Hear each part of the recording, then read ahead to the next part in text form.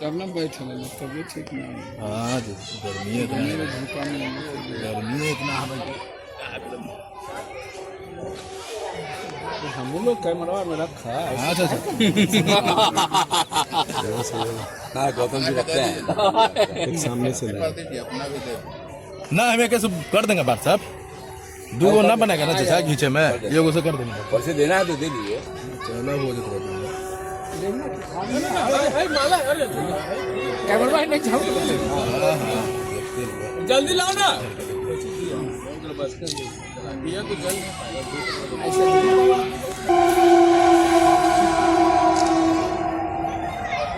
Photo लेना बच्चा। आइए जी, आप दोनों आइए ना सर। ऐसे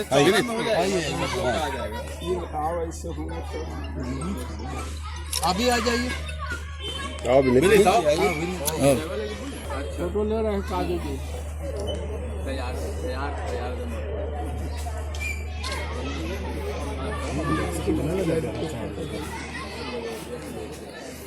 बोल मेरे साइड हो जाओ।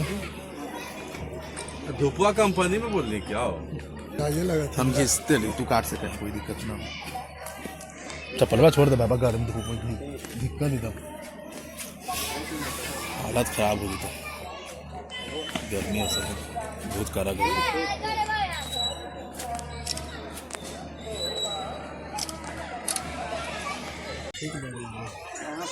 आगे पीछे नहीं जाए भाई बाबू।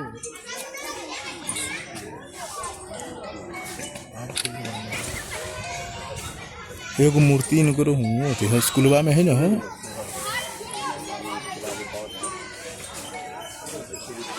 100 में 90 शोषित है। जगदेव बाबू अमर रहे, जगदेव बाबू अमर रहे। भारत माता की, भारत माता की। अमर शहीद बाबू जगदेव प्रसाद जी का 51वां पुण्यतिथि के अवसर पर सभी साथी बेगमपुर जगदेव पार्क में उनके प्रतिमा पर माला अर्पण कर उनकी शहादत को हम लोग याद कर रहे हैं। जगदेव प्रसाद जिन्होंने 90% के लिए लड़ाई लड़ते लड़ते शहीद हो गए थे, उनके शहादत को आज हम लोग भुला नहीं पाते हैं। जिस तरह उनको गरीब, दलित, पिछड़ा, अल्पसंख्यक वर्ग को लिए लगातार आजीवन संघर्ष करते रहे हैं, उनके हकूक़ के लिए संघर्ष करते रहे, वो उनको मैं आज नमन करता हूँ, प्रणाम करता हूँ। जगदेव प्रसाद बहुत बड़ी शख्सियत है जो एक बिहार का और पूरे देश का, दुनिया का नाम किए हैं गरीब, दलितों, पिछड़ों के लिए। उन्होंने काम कहा, उन्हीं का कहना था कि 90% हमारा है, हक जो है वो 90% हमारा होगा। और एक और वो बोला करते थे कि पहला पीढ़ी मारा जाएगा, दूसरा पीढ़ी जेल में जाएगा और तीसरा पीढ़ी शासन करेगा। तो आज ये तीसरा शासन का समय आ गया है, ये बात समझ लीजिए। हमारे पुरखों ने, हमारे बुजुर्गों ने जिस तरह से शहादत दी है, आज जगदेव बाबू को हम लोग नमन करते हैं। दर हकीकत जगदेव बाबू काफ़ी बड़े नेता में से क्रांतिकारी नेता थे और बिहार के वो समझिए कि एक डिप्टी सीएम भी 4 दिन के लिए वो रहे। ये बात आप जान लीजिए, जगदेव बाबू 4 दिन के डिप्टी सीएम भी रहे और बड़े बड़े ओहदे पर भी रहे। और उनकी शहादत जो हुई है पुलिस की गोली से हुई है, ये बात जान लीजिए। तमाम जनता के लिए उन्होंने अपना विरोध जताया, जिसमें पुलिसिया रवैये से उनको गोली लगी और उसी दिन उनकी शहादत हो गई। इसलिए हम तमाम युवाओं को इससे सबक लेना है और बिहार को उन्हीं की राहों पे आगे लेकर के चलना है। आज जगदेव बाबू की शहादत दिवस के अवसर पर महागठबंधन के लोग यहाँ पर इकट्ठा हुए और जगदेव बाबू के पद चिन्हों पर चलने का संकल्प लिया। जगदेव बाबू ने कहा था 100 में 90 शोषित है, 90 भाग हमारा है, 10 का शासन 90 पर नहीं चलेगा, नहीं चलेगा। ये लेकिन आज भी वही स्थिति है, 10 ही का शासन चल रहा है, 90 बेकार बेचारा इधर उधर भटक रहा। इसी को लेकर जगदेव बाबू लड़ाई लड़े थे, जो उन लोगों को पसंद नहीं आया जो 10% शासन कर रहे हैं और उनके शहीद कर दिया।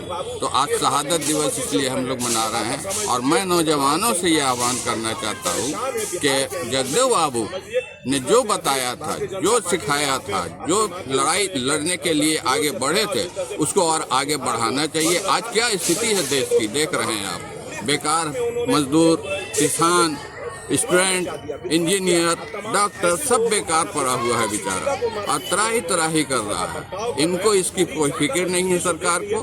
सरकार बस घूमने में मस्त है, और नौजवानों की कोई भी बेरोजगारी की बात नहीं होती है, महंगाई की बात नहीं होती है। बात क्या होती है, मेरी माँ को गाली दिया। बात क्या होती है, पाकिस्तान की बात होती है। बात क्या होती है तो अमेरिका की बात होती है। ट्रैफिक लगा दिया, क्यों लगाया, इस पर बात करो। बेकारी पर बात करो, किसान की बात करो, मजदूर की बात करो, बेरोजगारी की बात करो। लोगों को जगाने का काम किया था। वो कहते थे कि जाति, धर्म, लिंग मतलब स्त्रियां, वो कहते थे कि इन सभी बाधाओं को आप छोड़ दीजिए, भेदभाव को छोड़ दीजिए, क्योंकि शोषण बहुत ज़्यादा है समाज में। भले ही भारत को आज़ादी मिल गई, लेकिन पूर्ण रूप से आज़ादी तभी मिलेगी जब 90% लोग आगे बढ़ेंगे, अपने हक को मांगेंगे। जगदेव बाबू ने कभी भी अपने सिद्धांतों से, अपने उसूलों से समझौता नहीं किया।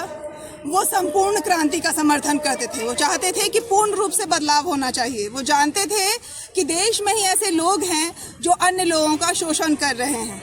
आज़ादी के बाद बाहर से आए लोगों ने शोषण नहीं किया, लोगों को पीछे नहीं रखा, बल्कि यहीं के जो लोग थे, जो 10% लोग थे, जो स्वर्ण थे, उन्होंने 90% को पीछे रखा। उसमें मुस्लिम आबादी भी आती थी, महिलाएं भी आती थी, पिछड़े वर्ग, ओबीसी, दलित सभी आते थे। तो उन्होंने सबको कहा कि जब एकजुट हो जाएंगे ना, तो फिर कोई आपकी ताकत को तोड़ नहीं पाएगी, क्योंकि एक लकड़ी को सब तोड़ देता है, लेकिन लकड़ियों के गट्ठर को कोई नहीं तोड़ पाता है।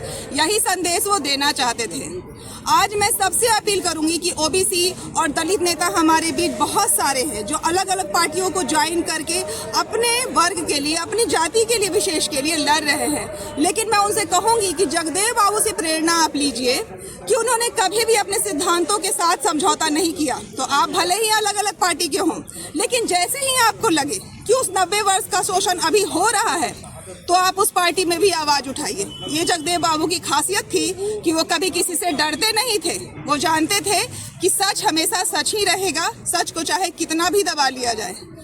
उनको पूरी तरह से दबाने की, उनकी आवाज़ को पूरी तरह से कुचलने की कोशिश की गई, लेकिन सच जो आवाज़ होती है, जो ज्योति होती है प्रकाश की, उसे कभी दबाया नहीं जा सकता। लाख अंधेरा हो रात का, लेकिन सूरज की एक किरण पूरे जगत को रोशन कर देती है। उसी प्रकार से जगदेव बाबू की बातों को भी बहुत दबाया गया, उन्हें आतंकवादी कहा गया। जब वो उनको जबरदस्ती, उनको जब गोली मारा गया था, जब वो मंच पे भाषण दे रहे थे, उसके बाद उनके जो शरीर था उसको घसीट के पुलिस स्टेशन में ले जाया गया। पानी मांगने पर उनके साथ क्या क्या बर्ताव किया गया, मतलब आप सोच नहीं सकते हैं कि किस तरह से उनके साथ व्यवहार किया गया। लेकिन उस समय भी कहते हैं कि मरता हुआ आदमी अपने झुक जाता है किसी के सामने, लेकिन उस समय वो झुके नहीं किसी के सामने। तो सोचिए, वो हमारे लिए प्रेरणा है, और वो दिखा कर गए कि अपने आप को कभी कमजोर मत समझना। चाहे तुम किसी भी बैकग्राउंड से आओ, किसी भी जाति, किसी भी धर्म से आओ, चाहे महिला हो या पुरुष हो, मुस्लिम हो या हिंदू हो, उससे कोई मतलब नहीं है। अगर तुम्हारे साथ शोषण हो रहा है, तुम्हारे अधिकार को तुमसे छीना जा रहा है, तो जाओ उस अधिकार को छीन लो, डरो नहीं। तो मैं आज उन्हें फिर से नमन करती हूँ और चाहती हूँ कि 90% फिर से एक हो जाए और अपने अधिकारों को समझकर आगे बढ़ें। यही हमारे लिए, उनके लिए सच्ची श्रद्धांजलि होगी। शहीद अमर